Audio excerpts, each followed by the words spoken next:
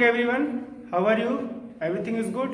चलिए, last video में हमने क्या देखा था कि ऑपरेटिंग एक्टिविटी के फॉर्मेट को हम लोग कैसे बनाते हैं, how to calculate net profit before taxation. ये हमारा आज का टॉपिक है कि नेट प्रॉफिट बिफोर टैक्सेशन का कैलकुलेशन, वो हम यहाँ पे बात करेंगे, तभी आप ऑपरेटिंग एक्टिविटी का सारा क्वेश्चंस कर पाएंगे। कि हमारा लास्ट का जो आंसर आता था वो क्या आता था जब हम पूरा ऑपरेटिंग एक्टिविटी बनाते थे, तो बताइए लास्ट में क्या आंसर आता था? जो कल वाले वीडियो में या कल वाले लेक्चर में हम लोग ने जो देखा, सबसे लास्ट में जो आंसर लिखते हैं हम क्या लिखते हैं? Net profit. बोलिए, ये तो सबसे ऊपर लिखते हैं ना, सबसे लास्ट वाला बताइए।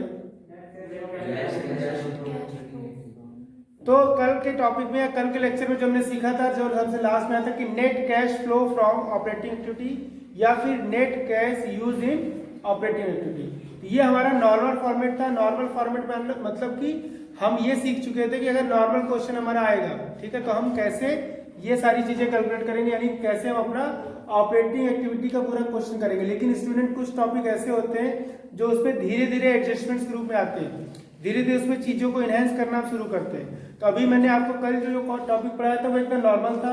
अभी आपको क्या करना है, एक टॉपिक सीखना है, calculation of net profit before taxation. तो ये क्या होता है, calculation of net profit before taxation, या ये हमें कब करने की जरूरत पड़ती है ये हमें समझना है। तो एक तरीका तो ये होता है कि आप ये समझो कि अगर मान लीजिए क्वेश्चंस बैलेंस शीट के फॉर्म में आएगा, तो वहां पे जो आपको profit and loss account given होगा, ये हमेशा कौन सा प्रॉफिट होता है? आफ्टर प्रॉफिट होता है। कौन सा प्रॉफिट होता है? आफ्टर। या फिर जब क्वेश्चन स्टेटमेंट फॉर्म में आएगा, ठीक है, और वहां पे क्वेश्चन में क्लियर कर इंडिकेट होगा कि ये जो प्रॉफिट है वो कौन सा प्रॉफिट है? Net profit after taxation. तो अगर क्वेश्चन में आफ्टर टैक्सेशन गिवन होगा तो आप समझ जाइएगा कि आपको अब ये वर्किंग अलग से करनी है अपने क्वेश्चंस को करने के लिए। क्लियर? तो आप सबसे पहले वो प्रॉफिट यानी कि नेट प्रॉफिट आफ्टर टैक्सेशन, इसको आप लिखेंगे यहाँ पे, और इसमें कुछ चीजों को आपको ऐड करना है। वो क्या ऐड करना है ये समझिए। और ऐड करने के लिए कॉन्सेप्ट आपको वही फॉलो करना है जो कॉन्सेप्ट आप कल तक पढ़े थे। क्या कॉन्सेप्ट था? प्रॉफिट को क्या करते हैं बताइए? ऑपरेटिंग एक्टिविटी में प्रॉफिट को क्या करते हैं? प्रॉफिट को क्या करते हैं? और एक्सपेंसेस लॉस को क्या करते हैं? तो वो कॉन्सेप्ट हमारा यहाँ भी फॉलो होगा, उस कॉन्सेप्ट में कहीं कोई चेंज नहीं है। ठीक है, तो अभी आप देखिए, एक होता है जनरल रिजर्व।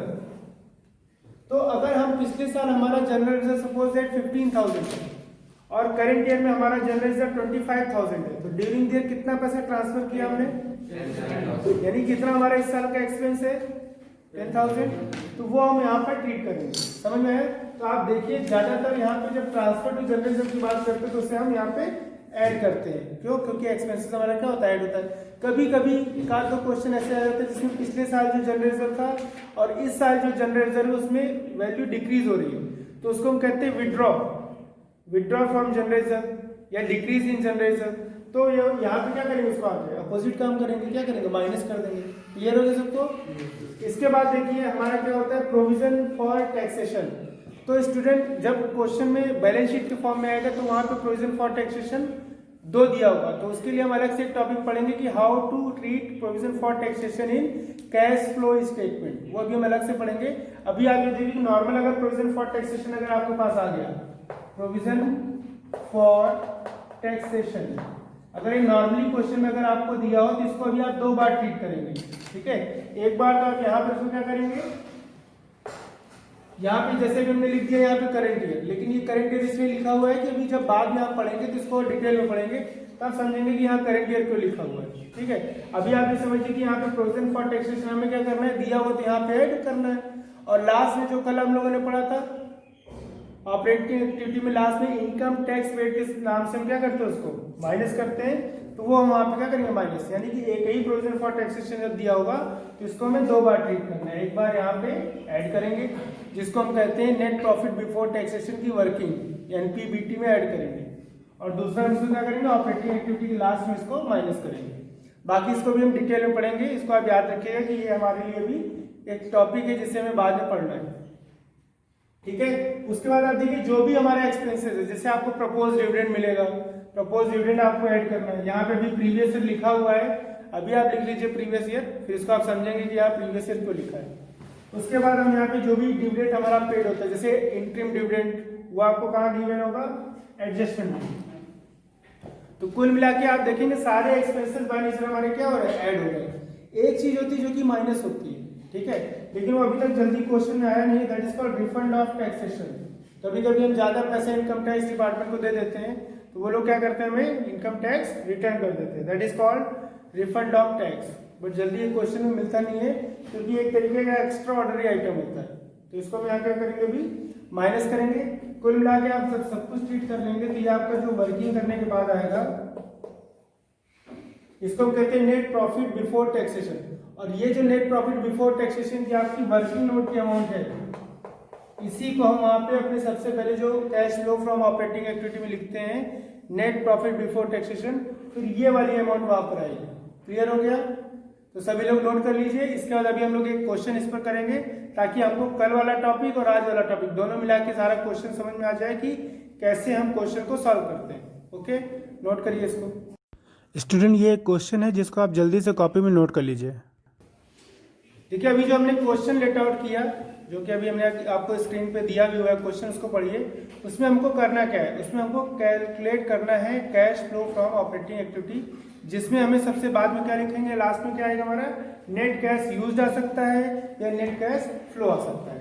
तो उसके पहले हमने क्या बताया था आपको कि सबसे पहले आप क्वेश्चन को जब रीड करेंगे तो क्वेश्चन में देखिए क्या लिखा है ऊपर, Philips limited earned a profit of ₹2,50,000 after charging.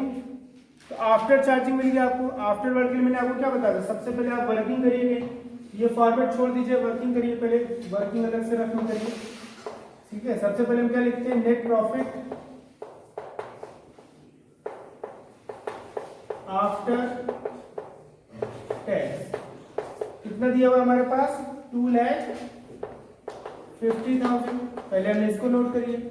उसके बाद अभी जो हमने बात किया था, कैलकुलेशन करने के लिए हमें कुछ आइटम्स को ट्रीट करना पड़ता है। देखिए कौन कौन से आइटम थे जो कि उस फॉर्मेट यानी कि उस वर्किंग नोट के फॉर्मेट में आए थे। तो उस वर्किंग नोट में आप देखेंगे तो नीचे लिखा हुआ है डेप्रिसिएशन, ये तो आता नहीं। Loss on sale of fixed assets, ये भी नहीं आता। रिटर्न ऑन गुडविल, ये भी यहाँ नहीं आएगा वर्किंग में। प्रोविजन फॉर डाउटफुल डेट्स, ये भी यहाँ नहीं आएगा। But provision for taxation, provision for taxation के लिए मैंने आपको बताया था कि प्रोविजन फॉर टैक्सेशन एक ही दिया हुआ क्वेश्चन में, जैसा कि जब ये आपका इस तरीके से आएगा, कौन सा, इस स्टेटमेंट फॉर्मेट का। तो प्रोविजन फॉर टैक्सेशन अगर एक ही दिया तो आपको क्या, इसको दो बार ट्रीट करना पड़ेगा। एक बार यहाँ पे ट्रीट करेंगे नेट प्रॉफिट बिफोर टैक्सेशन में, और एक बार इसको इनकम टैक्स पेड के तरीके से माइनस भी करेंगे। तो यहाँ पे अभी कितनी अमाउंट दी है, पहले देखिए कितनी अमाउंट दी है बताइए, 35,000। इसके अलावा कुछ एक्स्ट्रा अमाउंट, हाँ, ट्रांसफर टू जनरल रिजर्व, उसको भी ऐड कर लीजिए। ट्रांसफर टू जनरल रिजर्व, कितनी अमाउंट दी है ट्रांसफर टू जनरल रिजर्व की, 15,000। क्या इसके अलावा कोई और ऐसा आइटम है जो कि यहाँ पे ऐड होना चाहिए? इस क्वेश्चन में देखिए दिया हुआ है, नहीं दिया है, तो बस आप फाइनली इसको ट्रीट कर लीजिए। सारे के सारे आइटम कौन से ऐड करने वाले आइटम है, जिसको हम क्या बोलते हैं, नेट प्रॉफिट बिफोर टैक्सेशन। कितना अमाउंट आया कैलकुलेट करिए, फटाफट बताइए। 3 लाख। कैलकुलेशन अच्छी है आपको, ठीक है, इसको नोट करिए।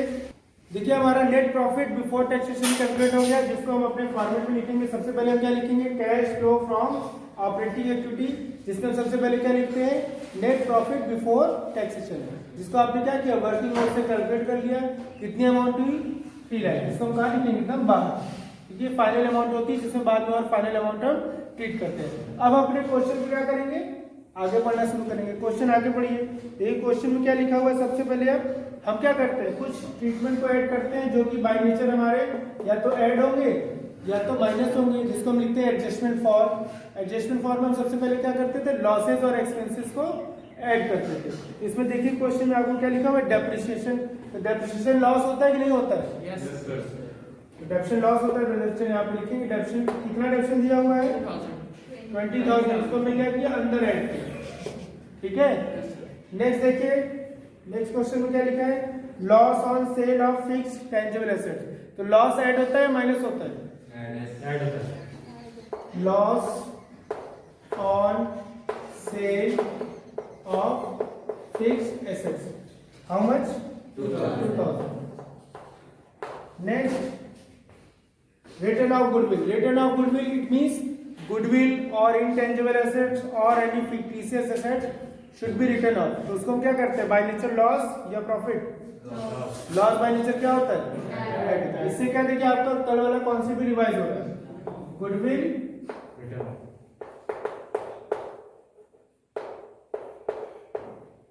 written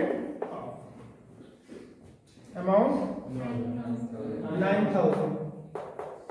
नेक्स्ट देखिए प्रोविजंस फॉर डाउटफुल डेट्स. अब क्वेश्चन आपको ये समझना है कि इस प्रोविजन फॉर डाउटफुल डेट्स को हम क्या समझें. तो स्टूडेंट जब क्वेश्चन में ये मेंशन नहीं है कि ये ट्रांसफर है या विड्रॉ है, तो आप हमेशा कंजर्वेटिज्म कॉन्सेप्ट को फॉलो करते हैं जो क्लास 11th पे आप पढ़ रखे थे. कंजर्वेटिज्म मतलब अपना लॉस समझेंगे या फिर एक्सपेंस समझेंगे. तो इसको आप ट्रांसफर ही समझेंगे, मतलब इंक्रीज ही समझना. तो प्रोविजन फॉर डाउटफुल डेट्स, अभी आप इसको ट्रांसफर समझेंगे. बाय नेचर क्या हो गया? लॉस हो गया. तो नेक्स्ट हमारा था प्रोविजन फॉर डाउटफुल डेट्स, जिसकी अमाउंट कितनी गिवन थी हमारी? 2500. बाय नेचर ये भी क्या है? फंड ट्रांसफर है. प्रोविजन इंक्रीज हो रहा है, आपका खर्चा है, इसलिए आप इसको क्या करेंगे? ऐड करेंगे. नेक्स्ट देखिए क्वेश्चन में क्या लिखा हुआ है? ट्रांसफर टू जर्नलिज्म हम एक बार ट्रीट कर चुके हैं.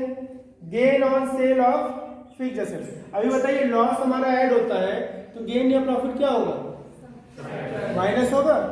ठीक है, तो इसको आप माइनस करिए. Gain on sale of fixed assets कितनी अमाउंट गिवन है? 8000. तो जो चीज हम माइनस करते हैं उसके लिए हम कौन सा साइन को यूज करते हैं? ब्रैकेट साइन को यूज करते हैं. तो अभी आपको क्या करना है? इन सब आइटम को आपको प्लस करना है और इसको माइनस करके फाइनल आपको यहाँ पे ट्रीट करना है. चलिए कैलकुलेट करिए. 25,500. ये प्लस में आएगा या माइनस में आएगा? प्लस में आएगा. ठीक है, अभी आपको करें इसको फाइनली आपको इससे ट्रीट करें, यानी कि अगर ये प्लस में ये भी प्लस में तो दोनों क्या हो जाएगा? ऐड हो जाएगा.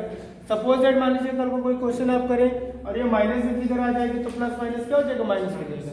तो इसको सब कुछ करने के बाद आप यहाँ बताइए कितनी अमाउंट आई?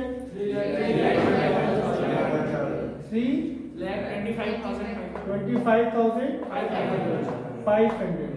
ठीक है, कल मैंने आपको कॉन्सेप्ट बता दिया कि इसका एक पर्टिकुलर नाम है हमारा जो हम इसको यूज करते हैं.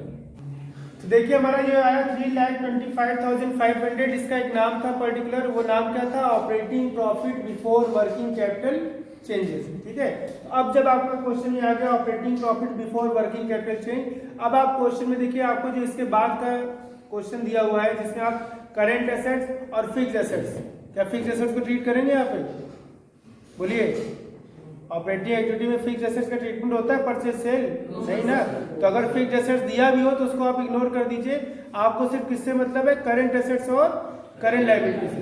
तभी आप क्वेश्चन में देखिए करंट एसेट्स और करंट लायबिलिटी में पिछले साल की अमाउंट क्या गिवन है, इस साल की अमाउंट क्या गिवन है, और कौन सी वैल्यू इंक्रीज कर रही है उसमें आप ऊपर एरो बना लीजिए इंक्रीज कर रही है, और कौन सी वैल्यू डिक्रीज कर रही है उसमें आप क्या करिए? नीचे एरो बनाइए. फटाफट ये काम करिए और ये जरूर देख लीजिएगा कौन सा इसमें करंट एसेट्स है कौन सा करंट लायबिलिटी. क्योंकि अगर आपने ये गलत फाइंड आउट किया कि पता चला स्टॉक पता ही नहीं आपको करंट एसेट्स है या करंट लायबिलिटी, तो फिर सारा प्रॉब्लम शुरू हो जाएगा.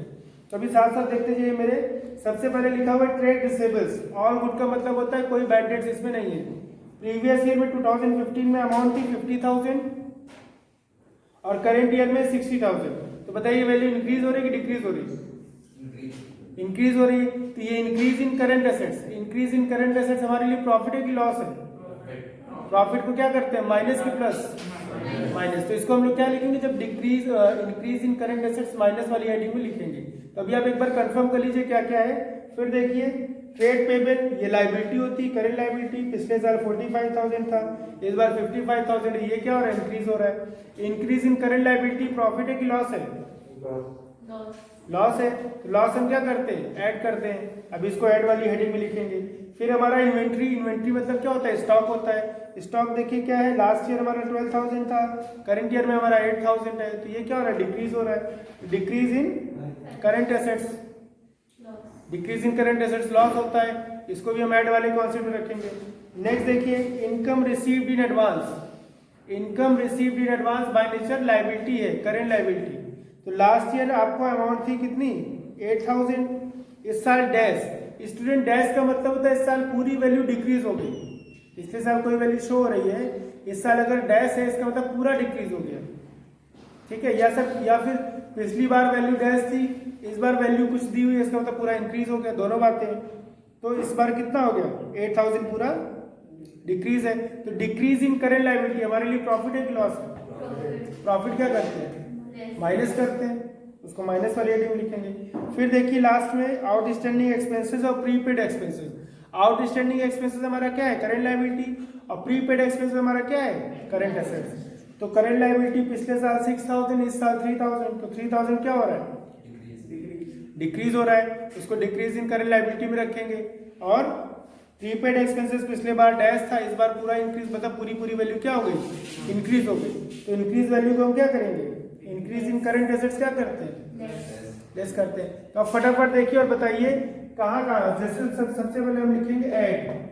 तो जब हम ये समझ गए कि हमें क्या क्या चीजें ऐड करनी है, क्या क्या चीजें माइनस करनी है, तो अब हम अपने फॉर्मेट में रखें। सबसे पहले हम क्या करते हैं, लॉसेस को ऐड करते हैं। तो लॉसेस में हमारी कौन कौन सी हेडिंग आती है, decrease in current assets and increase in current liability. तो बताइए पूरे क्वेश्चन में कौन सा एसेट था जो कि डिक्रीज कर रहा था अभी, इन्वेंट्री मतलब स्टॉक। कितनी अमाउंट से डिक्रीज कर रहा था, 4000, इसको लिख लिया। इसके अलावा क्या कोई और करंट एसेट्स है जो डिक्रीज कर रहा था, नहीं, तो हम आगे बढ़ जाएंगे। Increase in current liability, increase in current liability की हेडिंग कौन है, trade payable. Trade payable, trade payable कितनी अमाउंट से डिक्रीज कर रहा था, 10000। ये दोनों हमारा ऐड हो गया, ऐड होने के बाद कितना आ गया, 14000। अभी इसके बाद इसका दोनों अपोजिट आइटम क्या होगा, हमारा लेस होगा। कौन कौन सा opposite item, increase in current assets. बताइए कौन सा एसेट्स था जो कि इंक्रीज कर रहा था, प्रीपेड एक्सपेंसेस। कितना प्रीपेड एक्सपेंसेस इंक्रीज कितने से हो रहा है, चेंज अमाउंट 5000। तो ये लेस होगा, लेस वाली अमाउंट को किससे शो करते हैं, माइनस से, ब्रैकेट साइन यूज करते हैं। नेक्स्ट, इसके अलावा कोई करंट एसेट जो कि इंक्रीज हो रहा था, trade receivables. Trade receivables, trade receivable कितने अमाउंट से इंक्रीज हो रहा था, 12000। इसको भी ब्रैकेट साइन में करेंगे। इसका दोनों का अपोजिट एक और हेडिंग थी ना, इंक्रीज इन करंट लायबिलिटी का अपोजिट हेडिंग क्या थी, जो कि लेस होगी, डिक्रीज इन करंट लायबिलिटी। कौन सा आइटम था कि जो कि डिक्रीज कर रहा था, आउटस्टैंडिंग एक्सपेंसेस। ये भी क्या हो रहा है, लेस होगा, ठीक है। कितनी अमाउंट थी, 3000, इसको भी ब्रैकेट साइन बनाइए। डिक्रीज इन करंट लायबिलिटी में आउटस्टैंडिंग एक्सपेंसेस 3000 माइनस हुआ। इसके अलावा देखिए कोई और आइटम है, एक और आइटम है, कौन सा, एडवांस इनकम। एडवांस इनकम भी बाय नेचर क्या है, यहाँ पे डिक्रीज इन करंट लायबिलिटी की वजह से यहाँ पे क्या हो रहा है, लेस हो रहा है। कितना अमाउंट है, 8000। अब इसको आपने क्या किया, ये सारे जो माइनस साइन वाले थे, सारे माइनस साइन वाले को आपने क्या किया, प्लस कर लिया पहले, और प्लस वाले साइन में प्लस माइनस के हिसाब से वो माइनस हो जाएगा। साइन उसका आएगा जो बड़ा होगा। बताइए यहाँ पे अमाउंट कितनी आई फाइनली, 14000 अमाउंट यहाँ प्लस में आई कि माइनस में आई, माइनस ब्रैकेट साइन, ठीक है। अभी मेरे पास यहाँ जगह नहीं थी तो मैंने थोड़ा सा ऊपर लिख दिया, ठीक। अभी आप ये 3,25,500 में जो आपका ये आया था operating profit before working capital change, उसमें और ये माइनस अमाउंट को ट्रीट कर रहे हो। फाइनल अमाउंट जो यहाँ आएगी उसको आप लोड करेंगे और इसको लिखेंगे cash generated from operating activity. तो जब आपने सब कुछ फाइनल कर लिया, आपने देखा आपका जो आंसर आएगा प्लस माइनस करने के बाद वो आएगा cash generated from operating activity 3,11,500। और अभी आपका क्वेश्चन का आंसर खत्म नहीं हुआ, अभी एक लास्ट टॉपिक आपको ट्रीट करना है जो मैंने आपको बताया था कि जब प्रोविजन फॉर टैक्सेशन क्वेश्चन में एक ही बार गिवन होता है तो उसको आप दो बार ट्रीट करते हैं। एक बार आप उसको नेट प्रॉफिट बिफोर टैक्सेशन में ऐड करते हैं और एक बार उसको आप क्या करेंगे लास्ट में as a income tax paid इसको लेस करेंगे। तो यहाँ पे आपको लेस करना है, लेस इनकम टैक्स पेड। कितनी अमाउंट गिवन थी, 35,000। 1000। ये माइनस करना है तो ब्रैकेट साइन यूज करना है। अब बताइए कितनी अमाउंट आई यहाँ पर? 2,76,500। ये फाइनल अमाउंट आपकी आ गई, जिसको आप यहाँ पे डबल अंडरलाइन कर लेंगे, क्योंकि अब ये फाइनल आगे कहीं भी ट्रीट नहीं होगा। और आप यहाँ पे लिखेंगे नेट कैश। आंसर प्लस में है या माइनस में है? प्लस में है, तो क्या यूज करते हैं यहाँ पे? Flow from operating. क्लियर हो गया सभी को? तो इस तरीके से आप कैश फ्लो के क्वेश्चन करेंगे जो कि किससे रिलेटेड होंगे? ऑपरेटिंग एक्टिविटी से, क्योंकि इसके बाद हम लोग इन्वेस्टिंग और फाइनेंसिंग के कॉन्सेप्ट को समझेंगे। फिर हम लोग पूरा कैश फ्लो स्टेटमेंट बनाना सीखेंगे कि कैसे हम ऑपरेटिंग के साथ साथ इन्वेस्टिंग फाइनेंसिंग दोनों को काम करते हैं। और साथ में कुछ वर्किंग नोट भी सीखेंगे, जिसमें हम कुछ अकाउंट्स को बनाना सीखेंगे जो हमारे सिलेबस में, क्योंकि अकाउंट तो बहुत ढेर सारे होंगे, वर्किंग बहुत ढेर सारे होते हैं, बहुत से तरीके होते हैं वर्किंग के, बट हम उसको सही तरीके से सीखेंगे ताकि हमारा क्वेश्चन इजी वे में लग सके। क्लियर हो गया? समझ में आ गया सबको? बोलो। Okay, thank you, have a nice day.